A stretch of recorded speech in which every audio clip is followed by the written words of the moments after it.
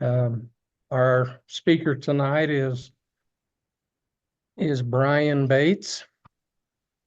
Bryan helped create and is a continuing board member of the Society for Cultural Astronomy in American Southwest.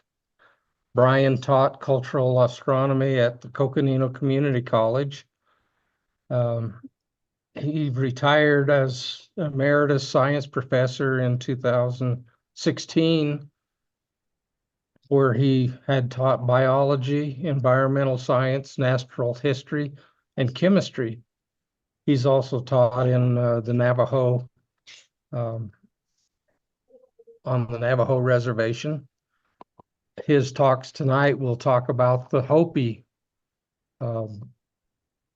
astronomy, but he also knows some of the Navajo astronomy. And with that, I'll turn it over to you, Bryan. You can add anything to what I just said. Okay. So first of all, folks, last time when I came down and presented for you, I did the Hopi astronomy. So tonight I'm actually going to do the Navajo. And one of the things I want to share with you is we need to start by looking at the culture, because everything that happens within archaeology, anthropology, cultural astronomy, cultural botany, and so forth, it all ties back to the culture. Now, if we look at something like the Hopi, they are agricultural people.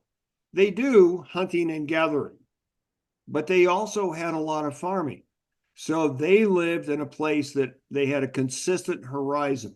They weren't moving. So they could use the sun and the moon as a medium for predicting what would happen with the weather. When would you expect time to be hunting for, say, elk or deer? When would be a good time to plant? When's a good time to gather seeds or nuts? Whereas for Navajo, they were migratory. They were wanderers, hunter-gatherers, and as such, they did not have a constant horizon.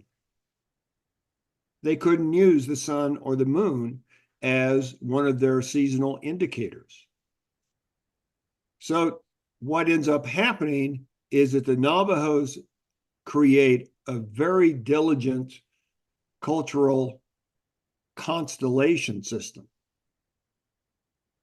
And with that, what I'm going to do tonight is, one, try to help you understand how Earth moves about the sun and how it changes in its appearance. We're going to look at the Navajo calendar system, and then I'm hoping to, through questions and whatnot, explore the richness of the Navajo culture and what it means to us. Now, let me introduce myself.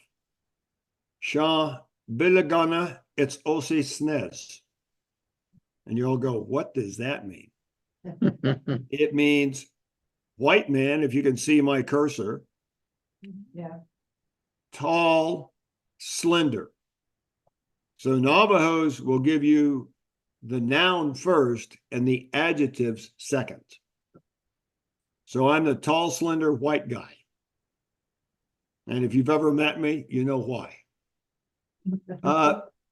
Let me first share with you that Dr. David Begay and Dr. Nancy Maryboy have given me permission to share their research. And that's what I'm doing tonight. My agreement with them is that I can share their research, but I never get paid, and I never have gotten paid. So behind this, they created the Indigenous Education Institute in 2005. There's the link to it if you want, but they have incredible amounts of information on their website.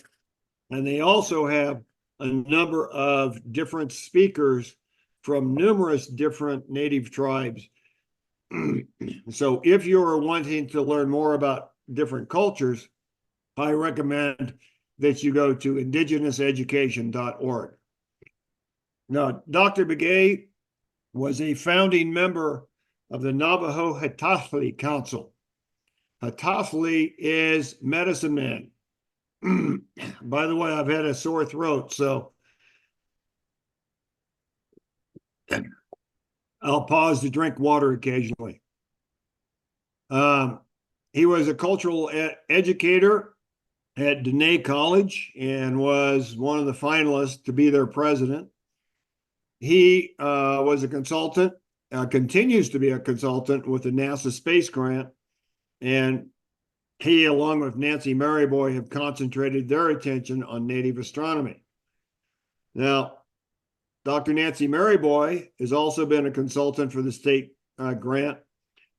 She has taught at the Dene College in Saley, Arizona, and she and David also put together a cultural astronomy course at NAU that has now been taken over by the physics and astronomy department. The other person I want to recognize is Derek Yellowhair. He worked at the Coconino Community College, and he shared a lot of cultural information with me. Now, let's begin with ourselves as observers. So imagine that you're the person in the middle of that circle, and you're watching the sky. To the east, obviously the sun and the stars, the moon, the moon, after it's full, are all going to rise from the east. And what happens is that you can watch the movement of that object through the sky over time and begin to document recurring patterns. Well, what drives this is the Earth's orbit about the sun. Now, this yellow dot right here is the sun. The blue dots are the Earth at different points in time, as you can see with the solstices and the equinoxes.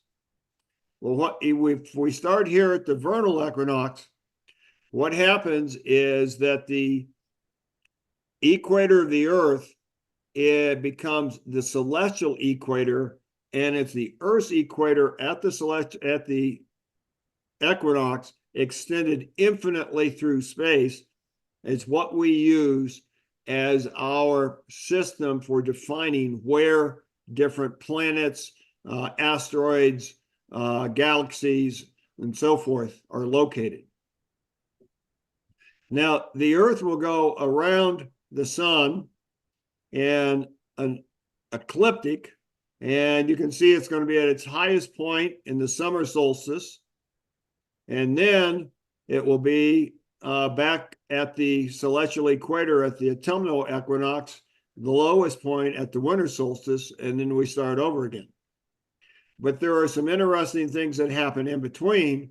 If you go to the halfway point, these are called cross-quarter dates, and many cultures have defined these, not just Native American, but people in South America, in Asia, in Africa, and elsewhere. And the reason is when the Earth gets to a cross-quarter point, the rate of change of the sun's movement across the horizon, the rate of change changes. Does that make sense to folks? And so we have May 1st, it would be here between the vernal equinox and summer solstice. August 6th for the fall, or I should say late summer, and then the Halloween coming around then to Groundhog's Day. So we have events in our calendar that mark these as well.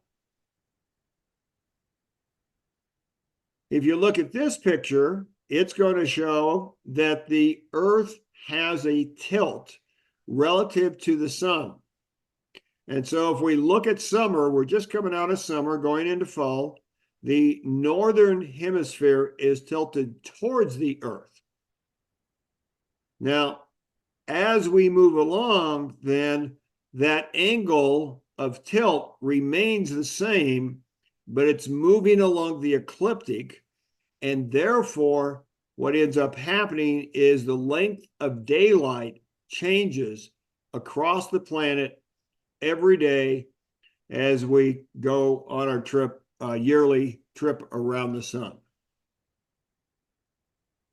Finally, we're going to be looking at constellations. Now, in this picture, the white in the center, that yellow white, that is the sun. If you come out, you can see the moon, the Earth, okay? And the red line right there, that's the Earth's orbit about the sun. So that's the ecliptic. Now, when we take that ecliptic and we extend it through space, it's the same red line up here. You can see it up here. So that's the red line of the Earth's orbit extended infinitely into space. And what's happening is that the blue markers here are grid markers so that we can create a reference structure around the sphere that encapsulate the Earth in space. And then the green lines are the Greek constellations. So, for example, there's Taurus. Let me see here. I'm having trouble seeing that one. At any rate, here's, now I've forgotten her name, but the woman, you ever know something on the tip of your tongue and it won't come to you? But these are the Greek constellations. And in some ways, those become Navajo constellations. Now, here is a planisphere type of view of the different constellations. And my screen is blocked in part, but I think this is the winter.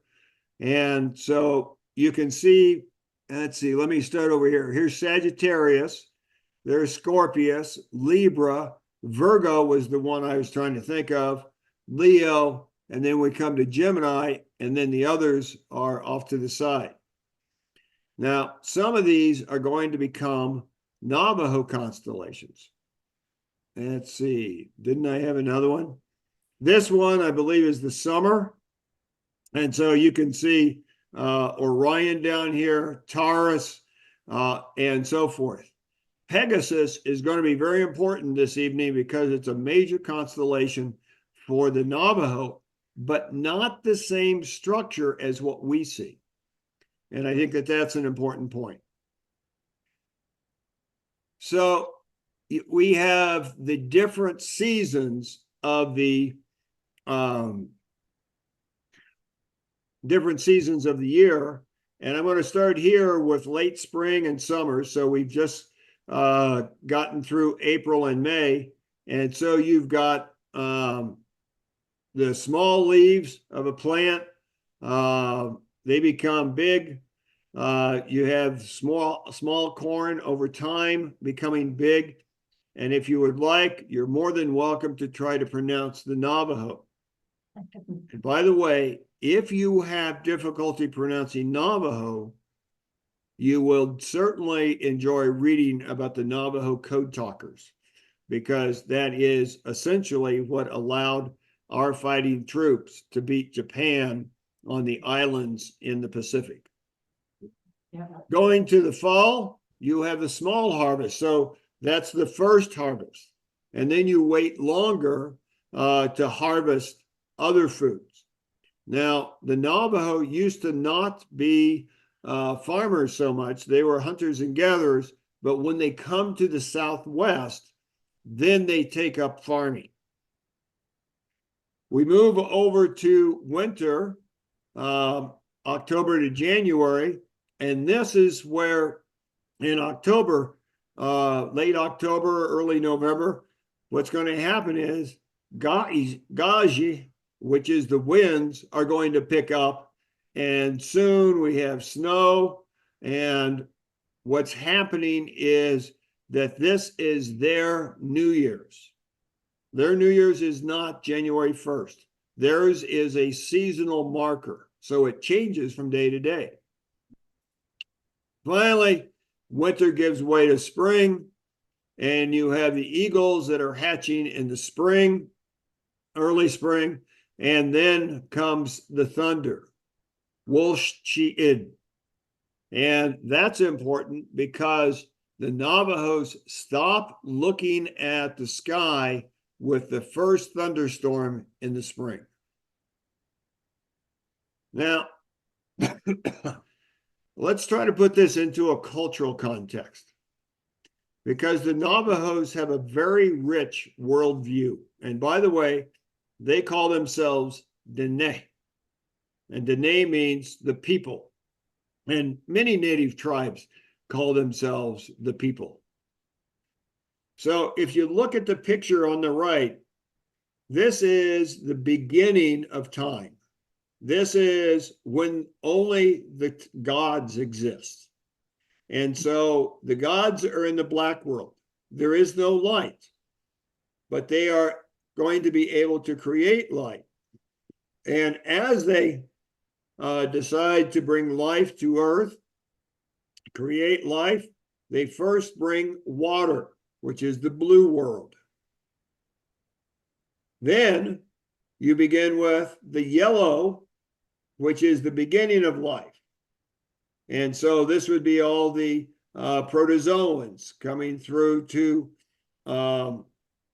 small organisms, leading to insects, leading to plants, leading to mammals, leading then to, of course, we humans. Finally, the white world is the human world. And notice the time scale, that there's actually differences in size. So they're thinking about time scale even before we, i.e. Euro-Americans, bring our culture into them. So as I said earlier, they're a migratory culture. The Navajos actually come from Mongolia. Now we know this in two ways. Number one is their language. It's similar to Mongolian. And number two, there was some blood samples taken from Navajos, illegally, by the way, but that is what really tied them genetically to Mongolia. Now, in the picture, you'll see a hogan. And a hogan is usually an 8-sided house. But at times, if it's a meeting room, it may be 12, 14, 16, 20 sides. And what happens is that they build with logs that are of consistent length, so they have to cut them somehow. And then they piece them together so that they have a larger home. They always orient, I should say, the hogan with the door facing the east. Now, there's two reasons for that. Number one, in the winter, what happens is it's pretty dang cold. So the first thing you want is to get some heat into the house. And number two, the Navajos would always go out the front door, then look at the sky, and they would welcome the sun, but they welcome the stars also. So their whole life is oriented to the east. And then as they go through their life, they go from east, which would be childbirth, infancy, to the south, which is young kids, to the west, which is is adults, and then to the north, which is the elders. Now, the Navajos always observe the sky just before sunrise. So I've done a lot of night sky programs, and I always tell the people that we're watching at the wrong time, because the Navajos would get up early in the morning and watch the night sky with the sun rising. And that's going to become important when we talk about the Milky Way. Now, the Navajo universe always begins with Nahokos. And Nahokos is going to be 3 items. It's going to be the North Star, which is the home fire. That's the fire not only within the hogan, but it's also a spiritual fire. There's first man, which will be the Big Dipper. And he's the one that is the teacher, the one that trains, brings up both boys and girls to learn things. And then there's First Woman, who is the botanist, who is the homemaker, who is the one who takes care of those who are injured. First man and First Woman will always circle each other. And First Woman is Cassiopeia. So what happens is that this was set up, if you will, when the gods met on Huerfano Mesa, which is a large mesa just north of Chaco, if you know where Chaco Canyon is. And so this is the location on which Navajos say that their ancestry began, because that's where the gods brought humans to the surface of the earth. So here's the North Star. You'll see Polaris here. That's the tail of the small bear. And Polaris is their cosmic center. And if you notice, here is the Big Dipper, right? The two stars of the Big Dipper point directly to the North Star. In addition, here's Cassiopeia. And if you look between the third and fourth star and go kind of to the north, then you'll see the North Star as well. So you can locate the North Star from different angles.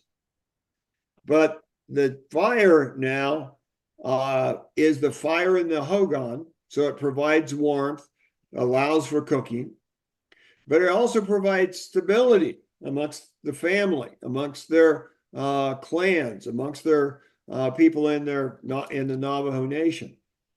So all the ceremonies begin with songs that are a tribute to Nahokos Bako.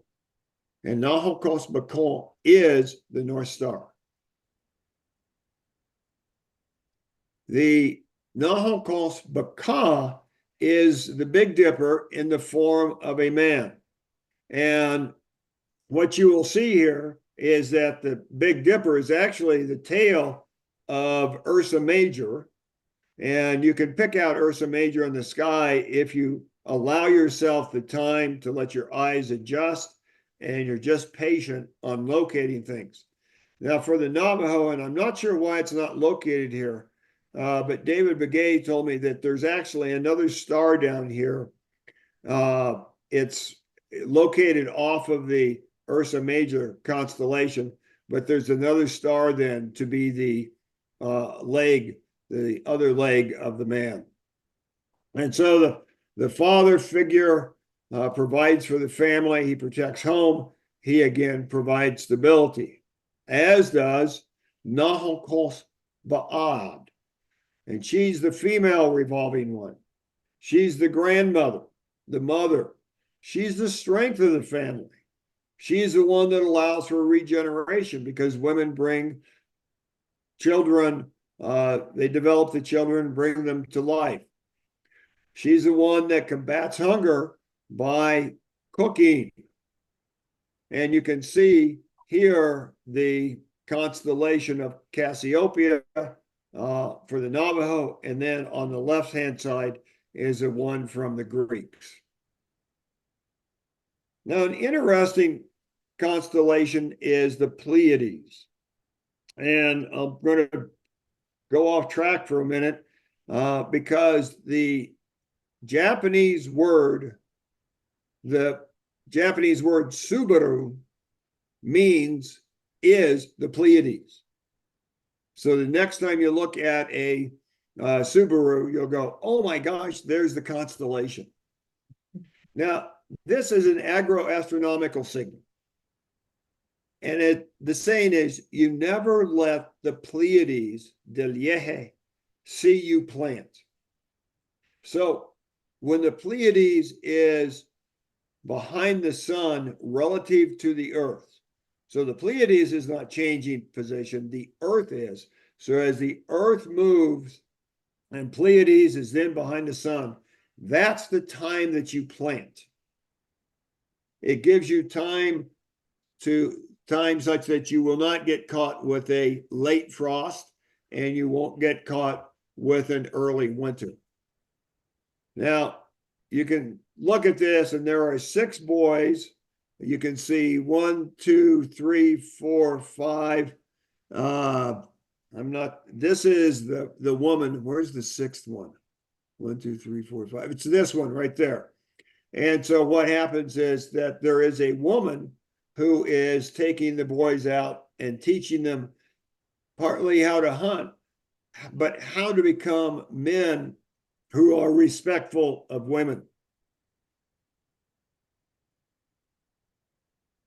Now, in the Navajo society, you can't hunt deer until the liehe is high in the sky, because at that point, the fawns have grown enough that they can take care of themselves. So you never kill a deer if that deer may have fawns that she's taking care of. This is Otzi Etzosi. Now, I introduced myself as Otzi Etzo Otzi Snez. Bilagana Etzosi Snez. Well, it's this. Oops, I went too far.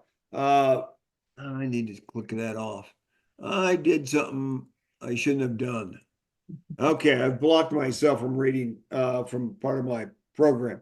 Any rate, what You can grab that window and move it. this one? Your picture? Yep.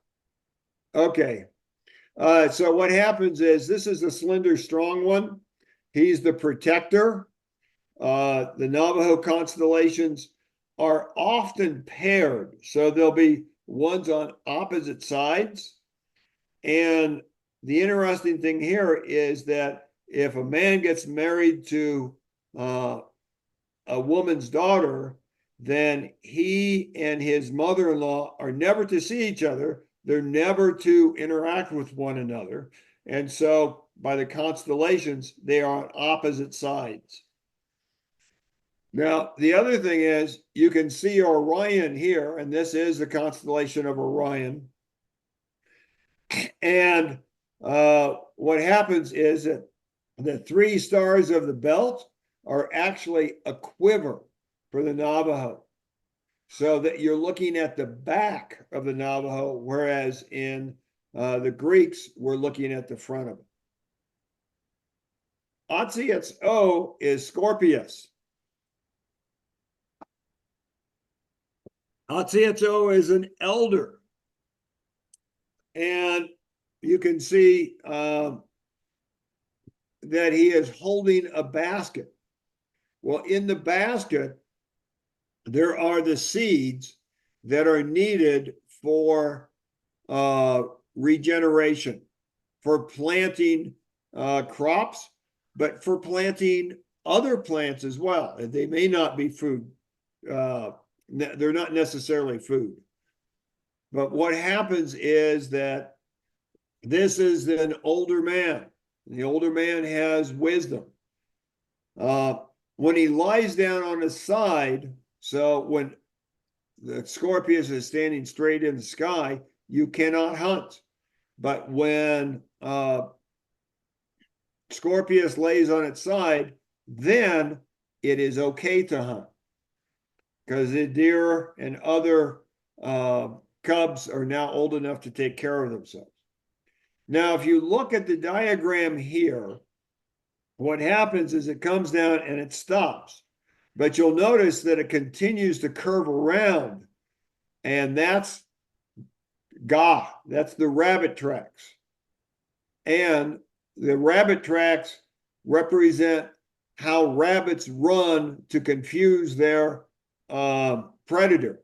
So they don't run in a straight line. They move all about. And that's, so you have 2 Navajo constellations in Scorpius. Ilne is one of the more fascinating constellations. It is the square of Pegasus. So I believe the square of Pegasus is here.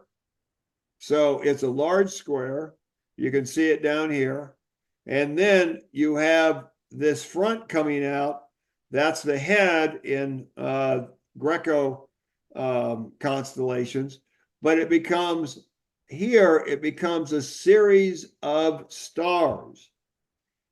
And what happens is that at the fall equinox, Leo and bright stars, you get one coming up with each new moon. So while these are close together, they're actually spread apart. Bryan, And are you, if you watch this in the beginning, Bryan, yes, sir. uh, which picture are you on? Are you on the one with Scorpius? No, I am on. For some reason, we're on Scorpius. Oh, well, let me try this then. How? No.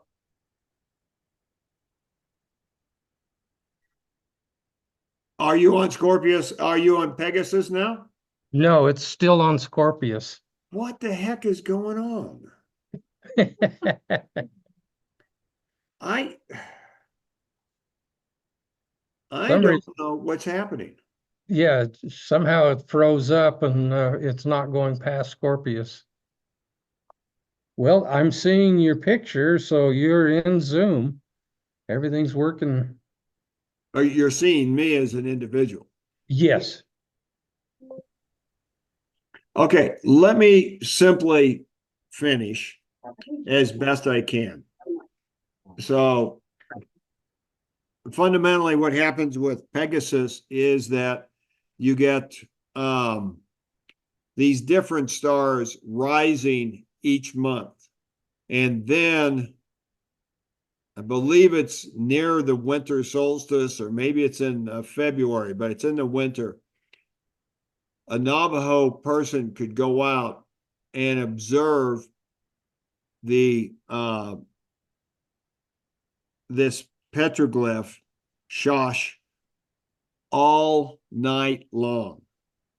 It would literally stretch across the sky and continue until sunrise. And so that's a predictor of winter coming. I said it would be in winter. I was mistaken. It would be in November.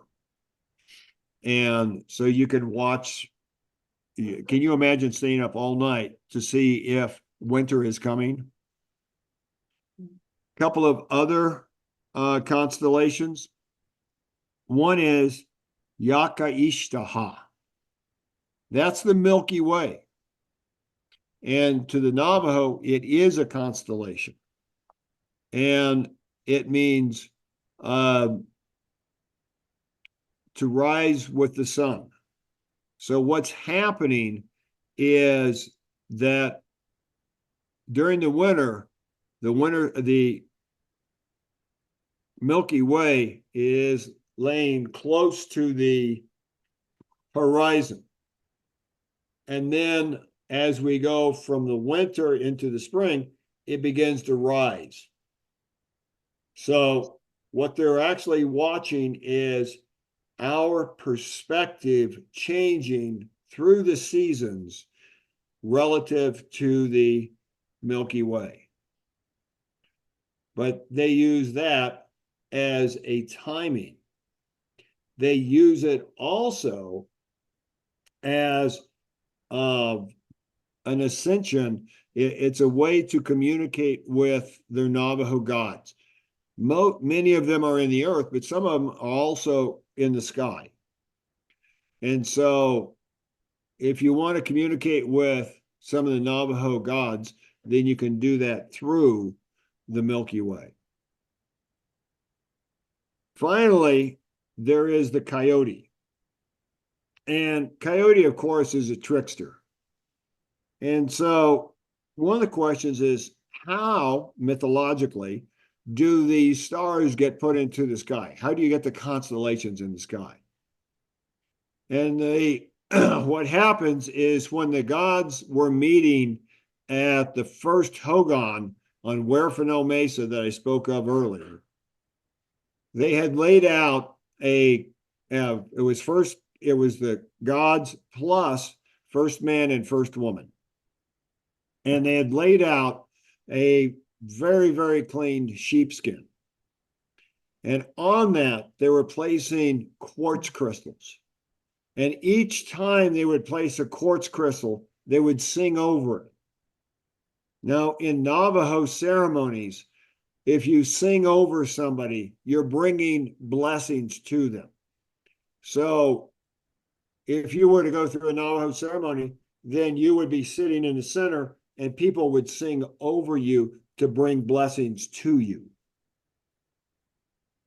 Finally, what happens is that Ma'i, that is Coyote, is a Navajo god, but he was not invited. Why? Because he's the trickster. He's the one that screws everything up. And sure enough, Ma'i sees this light coming out of a doorway, and he goes, "What is that?" And he goes over, and it's the first Hogan. And he knocks on the door and says, "What's going on in there?" And the gods are telling him, "Oh, nothing, nothing, just go away. We're just, talking." "No, no, no, no, something's going on in there." "No, no, no, no, no." And in Navajo, if you ask 3 times, then whomever you're addressing is obligated to grant you what it is you're asking for. And so Coyote asks 3 times to come in, and the gods go, "Well, we have to let him in then." So he comes in, and they tell him, "Sit over there in the corner, just watch what we're doing." Coyote's sitting patiently, but getting antsy. And he says, "You're putting those crystals on there. Let me put a crystal." "No, no, no, no, no. This is very, very important. We can't have you messing with this." Well, this continues for a while, and Coyote asks 3 times. Sure enough, he gets to put his one star on, and that becomes what we call Corvus, which is a crow, but they call Ma'i the Coyote star. Well, Coyote, placing these stones takes a long time. And everybody, all the gods are talking about, this goes there. No, no, it needs to go over here. Well, no, I think it needs to go over in my corner. So Coyote is just getting very impatient. And as the gods are kind of going, "Okay, let's just relax for a minute," Coyote runs over, grabs the sheepskin, and flings it into the sky. And when he flings it up, that's when the constellations go from the sheepskin and are placed into the sky. And that's why we have this cloud with all these stars called the Milky Way. So, folks, what I want to share with you mostly, is that the Navajos, the Hopi, the Puebloan people, I don't think it matters which ancestral people you talk about. They've all created their own sciences, their own way of observing and gathering knowledge from the natural world, and then using that knowledge in their cultural system. And one of the wonderful challenges that we have as folks interested in archaeology and anthropology and so forth is trying to understand the cultural belief system and how it ties back to the natural world. And so with that, I will be quiet and allow folks to ask questions, or otherwise I'll be quiet. Okay. Well, I want to thank you for that. You shared some very interesting ideas, and I don't think most of us have any idea what some of the cultural belief systems and archaeoastronomy. And it's very interesting that all the different tribes have some of their own theories and Mhm. beliefs in stars, their constellations. Yes. Well, I was going to share a thought. You know, oh, first of all, I should mention that this information was first written down in 1921 or 22. I forget which year, but it was a Jesuit priest who had gone and had been working with a number of the Navajo medicine men, and over time gained their trust and started asking them about their constellations. And so he was the first person to document a personal story about myself. And by the way, I got that book from a Navajo. He gave it to me after I was asking about Navajo constellations. But the way that came about was when I was teaching middle school science at Rough Rock, which is right smack in the middle of the Navajo Nation. It's halfway between Chinle and Kayenta, up against Black Mesa. In the textbook, which had been ordered by a previous science teacher, the astronomy chapter was all on dead European guys, Tycho Brahe, Copernicus, Galileo, etc. Right? I'm looking at this and going, these are traditional Navajo kids. They could care less about dead European guys.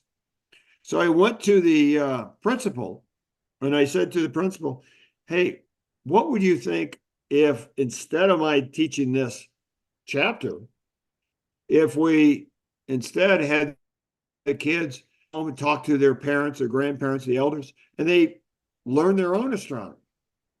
And of course, the Navajo woman who was the principal said, oh, yes, by all means, do it. And so I drew up the assignment. The kids did it, checked in with them occasionally. Came the day for them to turn in their reports. And I said, okay, turn your reports in, guys. And one of them said no. Then the second one said no. And I went, okay, yeah, I know what's going on. So I am going to need your reports. So, why don't you just turn them in? No. Okay. I tell you what, I'll pick them up at the end of class. Got to the end of class and I said, okay, now then, I really do need you to turn your reports in so I can, read them and share with you and so forth. And the kids, again, all in unison practically said no. And I said, what's going on? And one of the kids said, you're not Navajo. I had crossed a cultural boundary I didn't even know existed. And I went, oh my gosh. It's like my chin hit the floor and kept going. So I dismissed the class. And at the end of the day, I went down and talked to the principal. And she says, well, the kids are right. You shouldn't have access to that information. And yet she had approved my doing it. And so she says, I tell you what, I'll come up, I'll get the reports, I'll grade them, give them back to the kids and give you the scores. That's exactly what happened. And I went, there's something else going on here. There's something more that I'm not seeing. And so I started talking with friends, with the Navajo principal, with others. And I was just casually asking them about what stars are you seeing in the sky tonight? What else is going on? And then that's when I met one Navajo chap who gave me the book on Navajo constellations written in 1921. But that's what ignited my interest in cultural astronomy and the development of science in the Navajo culture. Because it doesn't end there. It continues into farming, into hunting, into water management, all sorts of things. Mm-hmm. But you just got to take the time and let them tell you, as opposed to asking them all the time about what is it you're doing. You have to gain their trust first. Well, that is a great story. I'm glad you shared it with us. I do have Is a it- question. Yes. The shirt you're wearing, does that have anything to do with everything you're talking about? Can you hear that question? I did not. He's asking about your shirt. He's interested in what it was, whether it has a meaning. What, my shirt? Yes. Yeah, No, it looks just, like some petroglyph symbols. Yeah. it isn't. It's just, a neat pattern. And I think my wife gave it to me for Christmas. Or is this something that you can't tell me about? Oh, I can tell you something about it. I don't know if it'll be true. Do we need to ask you? Very interesting. That was a great talk. Well, is anybody That's, on Zoom meeting that would like to ask a question? You can press your space bar and temporarily unmute yourself.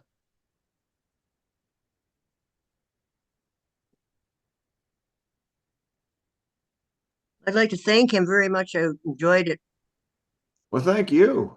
I appreciate everyone who has taken the time to come and let me share with you and let me learn from you as well. Well, that was a fantastic talk. Yes, Chloe. it's not showing up on my screen. So great to see you, Brian. Thanks for sharing. That's from Chloe. Did you? Yeah, Chloe, glad you've joined us. Hope you are doing well. That's the Chloe who, is she in the audience or is she on Zoom? No, she's on Zoom. Yeah, okay. Chloe herself and her husband have done incredible amounts of cultural astronomy, primarily filming, and they have worked with Anna Safair and other people. So they're rising stars in cultural astronomy documentation. They would be good people to have on, Richard. That's what I was thinking. You're gonna have to give me some information on them. Chloe, you can contact Richard now. Yeah, I would come watch your presentation for sure. Well, thank you. Yeah, we could probably manage to put something together. That'd be great. Okay. Brian can give you my phone number or he can give me yours and I'll try to contact you. Sounds good. Chloe, could you just email him give him your, what do I want to say? Your, Information. Oh, we can do that off the Zoom meeting. yeah, let's do it offline. Brian. So, But your email address. Yeah. So, okay. okay, well, does anybody else have anything to add? I'd like to share one more thing. Sure. Coming up, beginning, I think it's September 20th. It's Friday, whatever the number. We start the Flagstaff Festival of Science, which is the longest running free festival of science in the United States, actually in North America. Well, I don't know. Maybe the Maya were doing it before we were. But one presentation is going to be by Geronimo Vasquez, and he's going to be presenting on the Maya cosmology and the recent discovery of, golly, what is it? I think it's a 148-day calendar that repeats in cycles of 20 going on for, several hundred years and dates all the way back to probably 3000 BC or so. Maybe it's 2000 BC, but it will be an incredibly good presentation. I don't know if it's going to be on Zoom. Okay. Or accessible. It would be accessible after the Festival of Science. But if you're in Flagstaff or if you want to just come to Flagstaff for an incredible week, Festival of Science is the time to come. Okay. Well, with that, I'll go ahead and end the meeting, and I'll stop the recording. And I want to thank you again, and that was a You're welcome. fantastic presentation. Thank you, Brian. All righty. Thank you, folks. Bye-bye.